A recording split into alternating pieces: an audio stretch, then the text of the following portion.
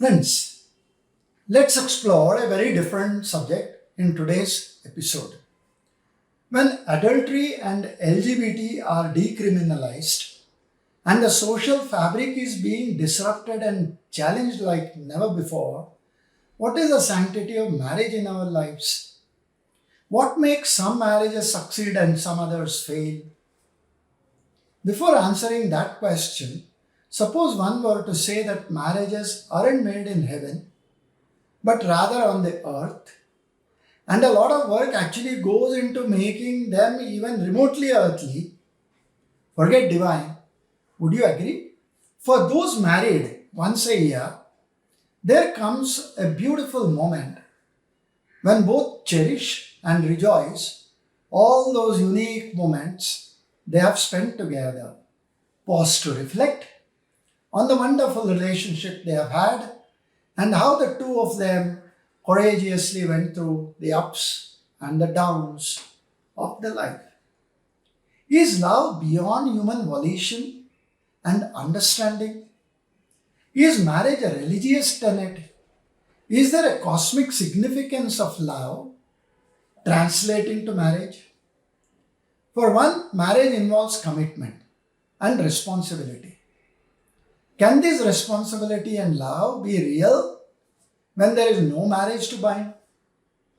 For relationships to last, the heart and the mind need to synergize, regardless of whether people concerned are married or not. A mix of genetics, physical appearance, emotions are all a must. The ones made in the heart rust with time. The ones made in the mind lack intimacy.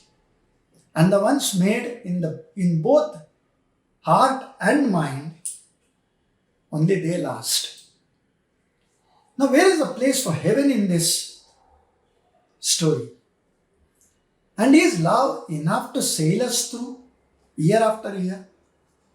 If loving someone were enough to make a relationship work, most people wouldn't have had any problems or the problems that they probably have. Marriage has no guarantees. If that is what one is looking for, then we can as well live with our car or maybe our wine bottle and enjoy the drink as well. Love doesn't cancel out our problems. A good marriage probably is one where each partner secretly suspects the other one got the better deal. The institution of marriage is being challenged today like it never has been. On a lighter note, a good marriage would be between a blind wife and a deaf husband. Divorces seem to have permeated our living rooms to the discomfiture of the older generation. Live-ins are equally disrupting the value propositions. The dilemma seems to see marriage as a union in which both people, have a hold on each other that strips away the other's freedom. The truth is, marriage does not mean the two have lost their freedom. It needs to be recognized that the two are still individuals who have chosen to share their lives together. However, many of us believe marrying the one we love will fill our hearts with endless romance, passion, closeness that will always be there, almost as a matter of right. While the love and passion can always be there is no right that one can exercise. A healthy marriage filled with love, passion, closeness is possible, but will come with a lot of effort. Love is a lot like your backache. It doesn't show up on x-rays, but it's there. Several people are incompatible to begin with. Marry each other and live happily ever after. On the other hand, There are any number of couples who have romance in their hearts but eventually end up on the altar of the divorce. For a successful marriage, nobody needs to be exactly the same.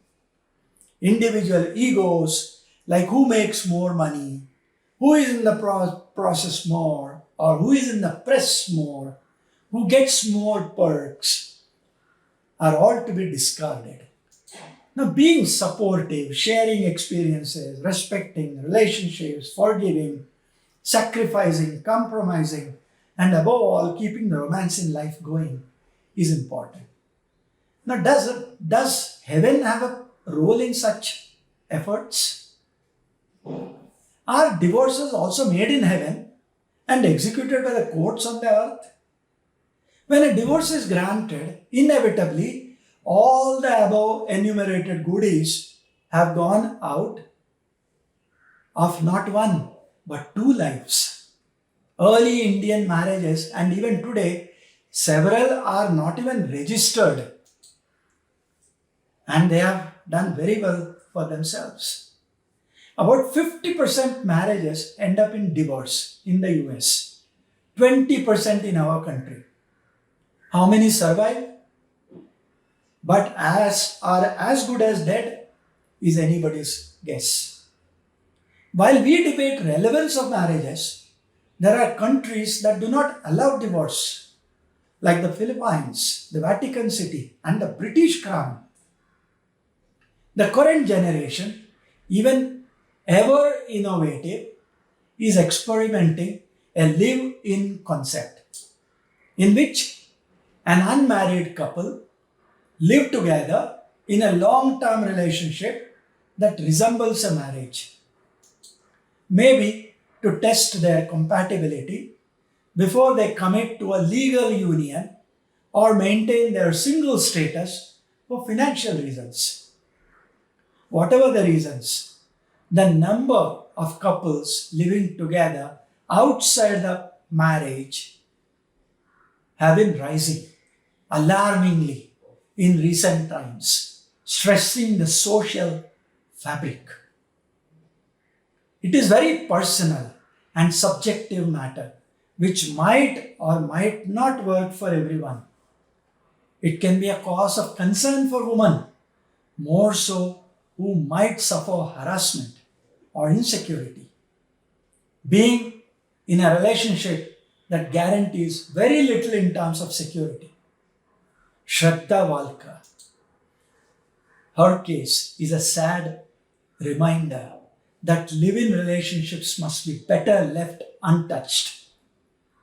Does the current generation need a new model of marriage then? Difficult to answer.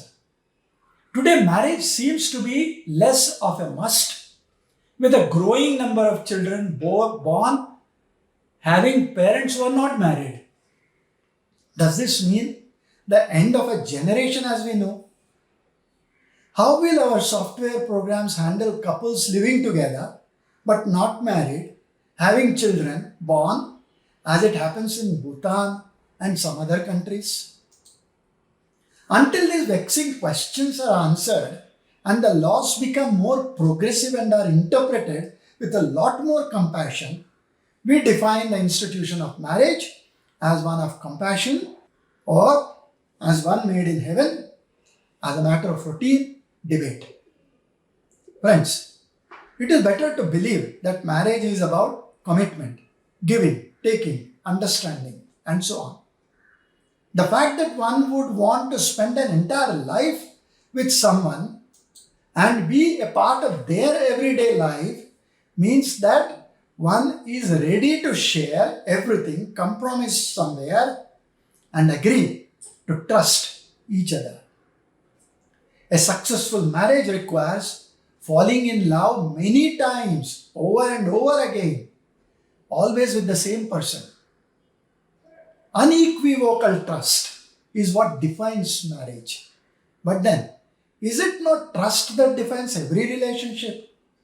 Above all, the belief that marriage is not just spiritual communion and passionate embraces, but is also A 3 meal a day and remembering to carry the trash out, that does the trick. Irrespective of how and what the courts may interpret.